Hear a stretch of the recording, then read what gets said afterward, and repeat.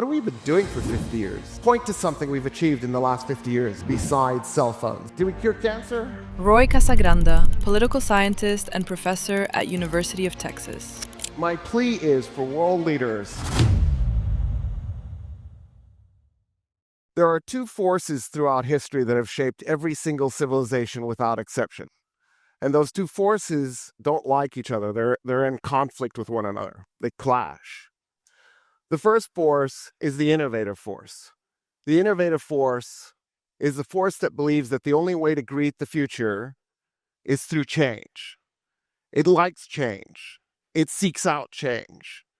It's a very dangerous force, especially when it's unleashed and there's no counterbalance to it, because it'll tear up culture and it'll change traditions and it changes identities and it asks uncomfortable questions.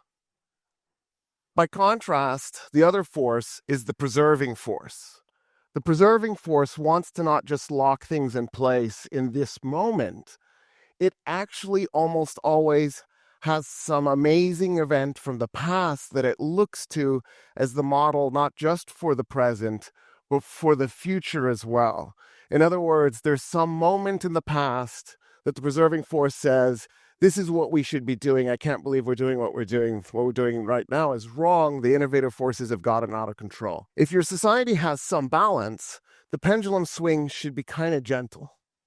It shouldn't be too horrible. And we live in a world where everything's ideological. Everything is liberal conservative. I'm so exhausted by it. Sometimes socialist.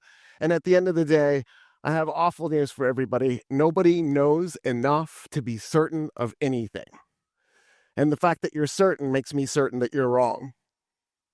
Right? The 60s was total upheaval. It was a revolution, in the true sense of the word, an actual revolution.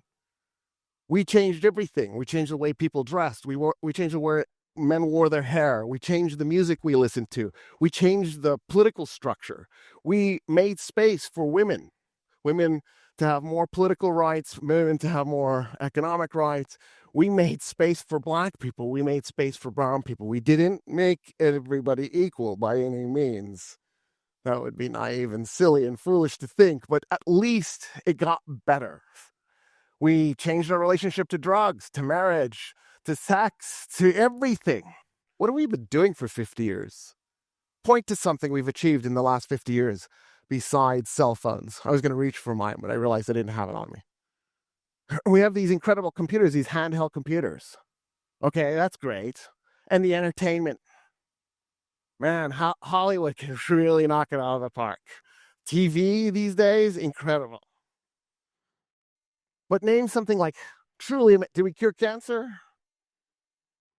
Name something that we've done that's monumental in the last 50 years, that stands up to going to the moon. My plea is for world leaders not to give up on the preserver force. If the innovative force gets out of balance, that's not good. It'll erode things. For example, history. It's quick to forget. It's not interested in the past or culture or family ties. It's dangerous.